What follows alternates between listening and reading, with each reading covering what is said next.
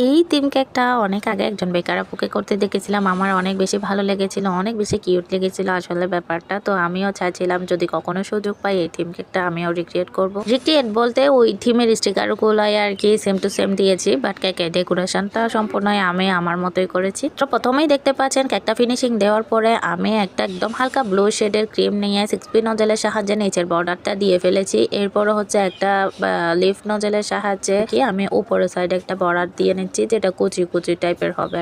এরপর উপরে নিচে দুটোটা বর্ডার কমপ্লিট হয়ে গেলে আমি সাইড দিয়ে একটা ডিজাইন করার চিন্তা করেছি। তো যেটা করার জন্য আমাকে এখানে ক্রস একটা ডিজাইন করতে হবে। এটা মার্কিং করার জন্য সমানভাবে আমি একটা কার্ড ইউজ করেছি। তো ওইটা দিয়ে স্ক্রিনে দেওয়া প্রসেস অনুযায়ী আমি এখানে ক্রস যাতে হয় ওইরকম একটা টেক্সচার বানিয়ে নিচ্ছি আর কি। তো আপনারা কেউ যদি এই টেক্সচারটা করতে চান কেকের ওয়ালে, তাহলে আপনারা বর্ডারটা দেওয়ার আগে দিয়ে ফেলবেন, তাহলে আরো বেশি সুবিধা হবে। তো ওইখানে যে ক্রস ক্রিয়েট হয়েছে ওইখানের ক্রসের মধ্যে প্রত্যেকটাতে আমি একটা করে সুগার বল অ্যাড করে দিব। আর আমার মনে হয়েছিল এই কালারের মধ্যে সিলভার কালারটা বেশি যাবে, যার কারণে আমি সিলভার কালারের সুগার বল অ্যাড করে দিই। আর কেকটা কিন্তু সামনাসামনি কালার কম্বিনেশনটা এত বেশি সুন্দর লাগছিল বলার বাইরে, যেটা ক্যামেরার মাধ্যমে তেমন একটা বোঝা যাচ্ছিল না। তো বেসের মধ্যে যে কালারটা ইউজ করেছি ওইটা হচ্ছে আমি হোয়াইট কালার ক্রিমের মধ্যে খুবই অল্প পরিমাণে একটু ইয়েলো কালার ইউজ করেছি, এতে করে একটা বাটারি টাইপের বাটার ক্রিমগুলো যে কালারের হয় ওইরকম একটা কালার আসছে। আর ওই কালারের সাথে স্কাই ব্লু কালারটা এত বেশি জোস লাগে যে আপনারা না করলে বুঝতে পারবেন না।